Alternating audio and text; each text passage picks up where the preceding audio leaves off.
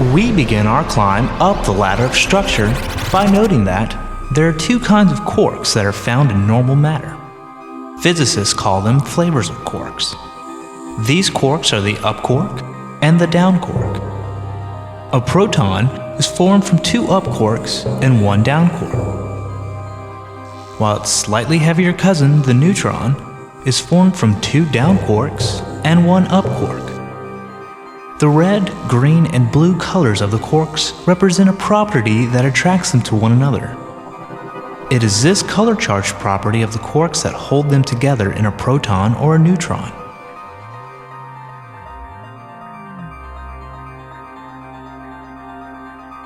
These protons and neutrons can then combine to form the nucleus of each element in the periodic table. One proton in the nucleus makes hydrogen.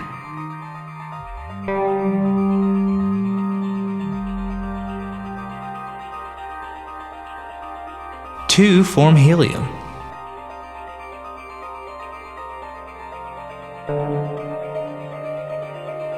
Six, carbon.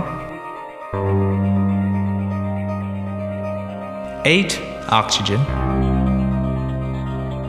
79 is gold. And 92, uranium. Neutrons help hold the protons together.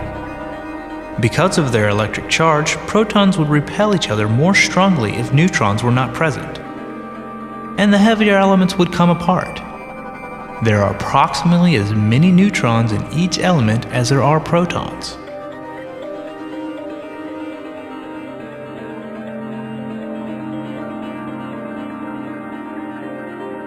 Atoms are formed when the positively charged protons in the nucleus capture the negative electrons.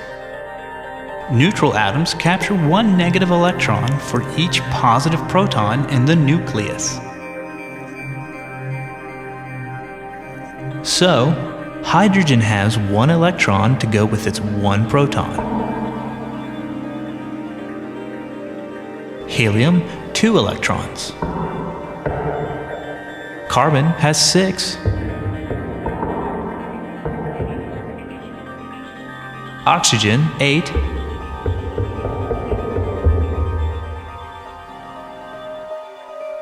Gold has 79. And uranium, 92. There are nearly 90 stable elements. The largest of them contain close to 800 fundamental particles joined in a complex but stable structure. But electrons cannot just gather around in a crowd. The strange, wonderful world of the tiny has some quantum idiosyncrasies. Electrons arrange themselves in shells inside an atom like the layers of an onion. And only 2 electrons can fit per layer. So the more electrons an atom has, the further away from the nucleus the outer shells must be. And that means these electrons are more loosely held.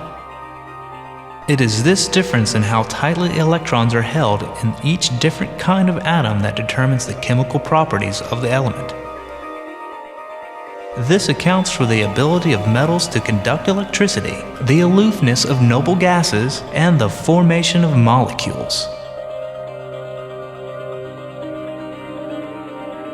It turns out that protons in 2 or more different nuclei can sometimes capture and fight over the same electron.